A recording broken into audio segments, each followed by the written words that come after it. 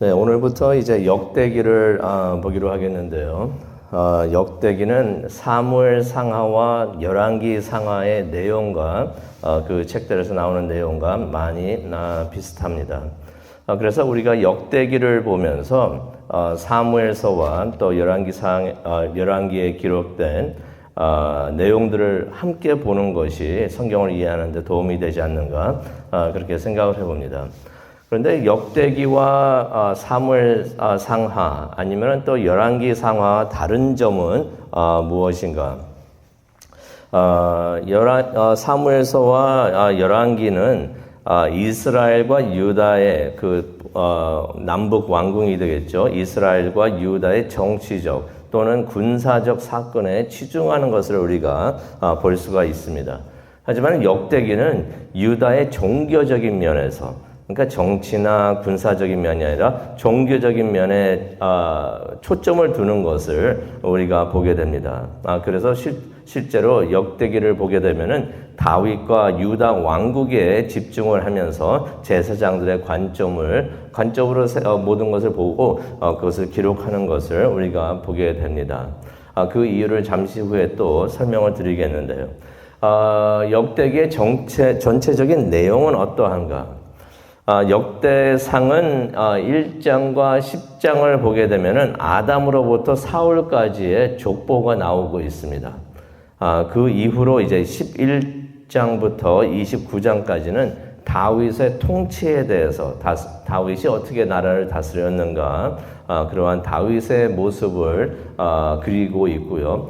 또 역대하를 보게 되면 1장부터 9장까지는 솔로몬에 대한 이야기가 나옵니다. 솔로몬이 어떻게 통치를 하였는가.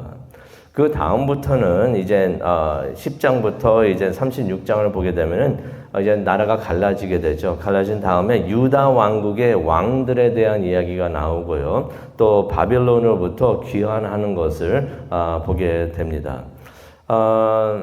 어떻게 보면은 그래서 이제 아담으로부터 바벨론으로 포로로 나라가 갈라지고 그 다음에 또 바벨론으로 포로 생활을 시작을 한 다음에 바벨론으로서 돌아오는 것까지의 내용이 역대기의 내용이 되겠습니다. 그렇다면 이 역대기를 누가 썼는가? 확실하게 알려지지는 않고 또 기록되어 있지는 않지만은 전통적으로는 제사장 에스라로 봅니다. 그래서 이 저자가 제사장 에스라이기 때문에 이 모든 것을 제사장의 관점에서 보는 것을 우리가 보게 되는데요. 우리가 에스라로 생각을 하는 이유 중에 하나가 역대하의 끝맺음을 보게 되면은 에스라서의 첫 부분과 잘 이어지는 것을 우리가 보게 됩니다. 바빌론으로부터 어떻게 귀환하게 되는가 그러한 내용이 적혀 있는데요. 그래서 또 제사장 에스라가 저자가 아닌가 우리가 그렇게 생각을 해봅니다. 그렇다면은 이 역대기가 쓰여진 목적은 무엇인가? 에스라서에서도 나오지만은 에스라는 예루살렘을 귀환한 사람들의 족보를 정리하기를 원합니다. 누가 확실하게 이스라엘 사람이고 유대 사람이고 또 아닌가 하는 것을 보기 위해서 그 족보를 정리를 하는데요. 그러면서 또 무엇을 하기를 원했는가?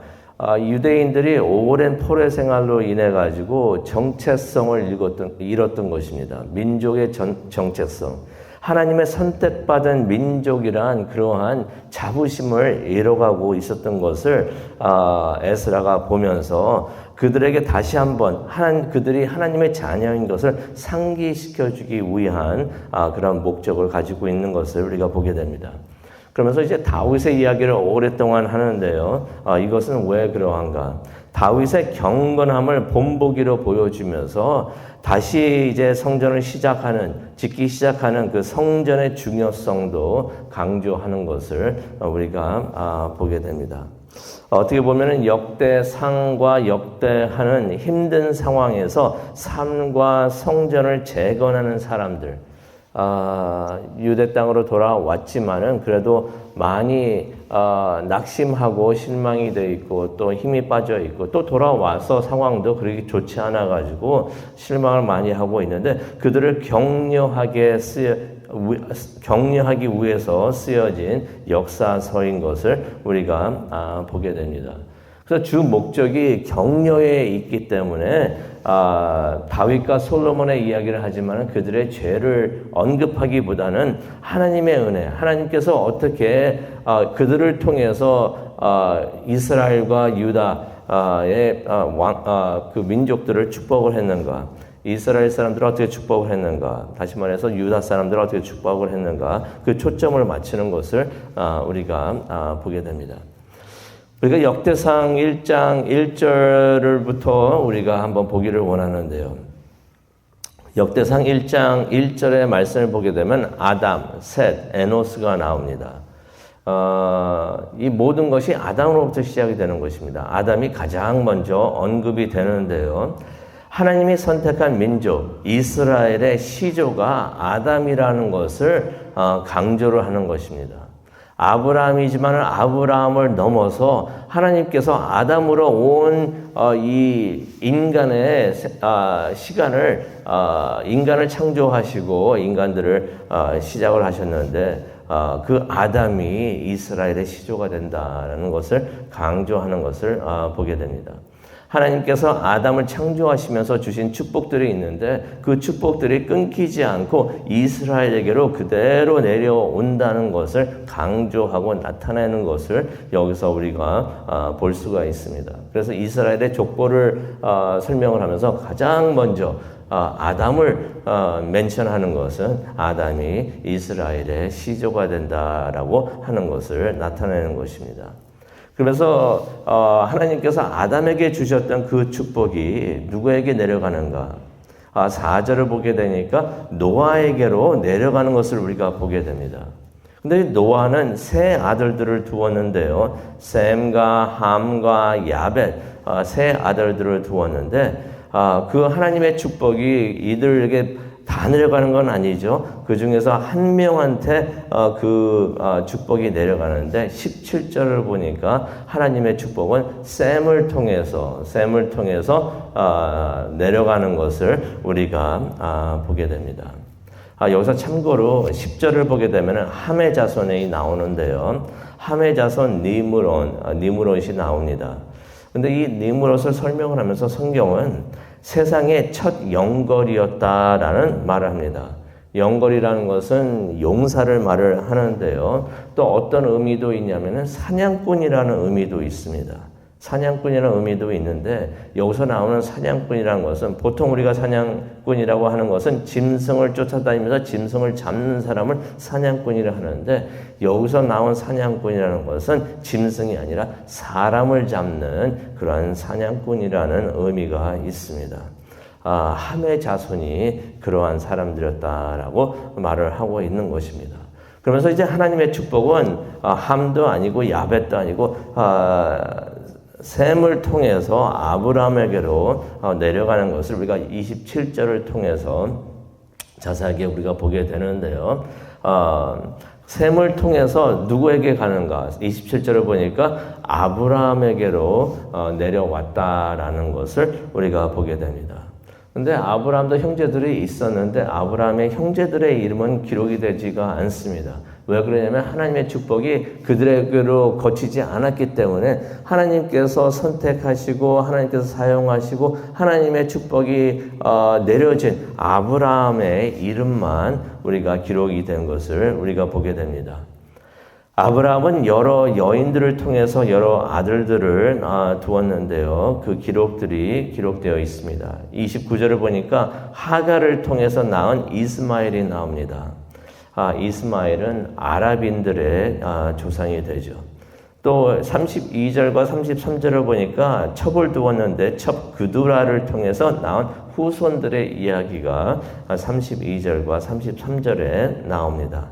그러면서 이제 34절을 보게 되면은 아내 사라를 통해서 낳은 이삭에 대한 이야기가 나옵니다. 하나님의 축복이 이렇게 아담으로 시작을 해가지고 노아를 통해가지고 아브라함까지 나오는데, 셈을 통해서 아브라함까지 내려오는데, 그 축복이 아브라함이 여러 아들들을 주었지만은 사라를 통해서 낳은 이삭을 통해서 내려오는 것을 우리가 보게 됩니다. 그러면서 이제 이삭은 두 아들을 낳았죠. 34절에 보니까 에서와 이스라엘을 낳은 것을 보게 됩니다. 이스라엘, 야곱이었죠. 야곱이 에서와 야곱을 낳은 것을 우리가 보게 되는데, 먼저 35절부터 54절, 마지막 절 54절을 보게 되면은 그 이삭의 두 아들 중에서 첫째 아들 에서의 후손들에 대한 이야기가 나옵니다. 이들은 누구인가? 에돔 땅에 거주하게 되는데요. 그 단어 에돔을 우리가 기억하기를 원합니다. 에돔은 사해 동쪽과 남쪽의 땅을 이야기를 하고 있는데요. 에서의 후손들이 그 땅에 거주하면서 계속 후손들을 이어가는 것을 우리가 보게 됩니다. 그런데 43절부터 말씀을 보게 되면은 이 에돔에 거주를 정착을 했던 에서의 후손들이 이스라엘보다 일찍 왕들을 세우는 것을 보게 됩니다. 그래서 그들의 왕, 에돔 왕국의 왕들에 대한 이야기가 나오는데요. 그런데 우리가 역사를 잘 알죠. 에서하고 이스라엘이 그렇게 사이가 좋지가 않았었습니다. 에서와 야곱이 사이가 좋지를 않았었는데, 이들이 계속해서 에돔에 거주를 했던 그 에서의 후손들이 계속해서 이스라엘을 힘들게 하는 것을 우리가 보게 됩니다.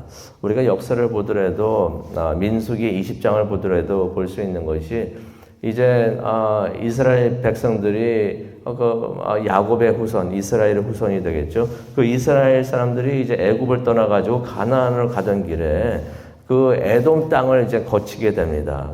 그래서 그 에돔 사람들 보고 우리가 당신들을 해하려고 하는 것도 아니고 그냥 이 땅만 지나가게 통과하게 해 주시오라고 요청을 하지만은 이 에돔 사람들이 그것을 거절을 합니다.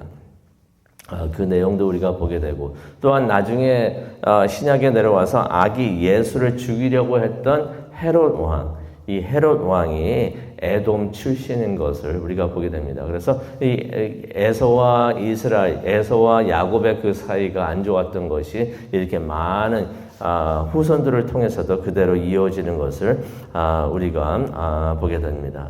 오늘 말씀을 마치면서 이제 묵상하는 시간을 갖기를 원하는데요. 역대기를 보게 되면은, 특히 역대상 1장부터 9장을 보게 되면은 많은 이름들이 나옵니다. 이 이름들 누군지도 잘 모르는 사람들의 이름도 많이 나오고, 또 발음도 하기 힘든 이름들이 되는데, 그래서 솔직히 역대상 1장부터 9장을 보게 되면은 성경의 수면제라고도 불리기도 합니다.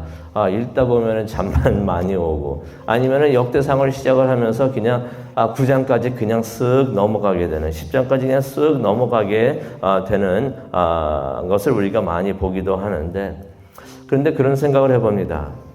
여기에 많은 사람들의 이름이 기록이 되어 있는데, 이 사람들 실제로 이 땅에 살았던 사람들의 이름입니다. 그러면서 생각을 해봅니다. 우리도 언젠가는 어느 곳에 이름을 남기게 될 것인데, 가장 중요한 것은 천국의 생명책에 우리의 이름이 기록되는 것이 아닌가, 그런 생각을 해봅니다. 생명책에 우리의 이름이 기록되어 있을 때 비록 세상은 우리를 잊어도 하나님께서는 우리를 기억하시고, 그러면 우리가 다시 천국에 들어가는 것을 우리가 기대하고 또 소망을 가지게 됩니다. 우리가 그런 하나님의 사람이 되기를 원합니다. 그러면서 우리가 하나님의 축복을, 아담부터 시작된 그 하나님의 축복, 다른 사람에게 넘어가는 것이 아니라 우리를 통해서 계속해서 내려가게 하여 주시옵소서. 모든 축복이 예수님을 통해서 우리에게로 넘어오는데 이 축복을 이어가는 하나님의 사람이 되기를 간절히 축원합니다. 기도하시겠습니다. 사랑과 은혜가 충만하신 하나님 아버지 감사합니다. 오늘부터 역대기를 봅니다. 역대기를 보면서 하나님께서 주시고자 하시는 그 말씀과 그 음성 우리가 들을 수 있도록 하나님 축복하여 주시옵소서. 하나님, 많은 사람들이 이 세상에 살았지만은 하나님의 축복, 아담을 통해서 주어주신 하나님의 축복이 하나님의 선택한 사람들을 통해서 이어지고 매그니파이 되고 계속해서 내려오는 것을 우리가 보게 됩니다. 그 축복 예수님을 통해서 우리도 받게 되는데 하나님의 축복을 이어가는 우리 모두가 되게 하여 주시옵소서. 하나님의 사람 되어서 하나님의 뜻을 이어가는 우리 모두가 되게 하여 주시옵소서. 그것을 위해서 기도하는 이 시간 되기를 원합니다. 하나님 함께하여 주시고 인도하여 주시옵소서. 감사합니다. 예수님의 이름으로 기도합니다. 아멘.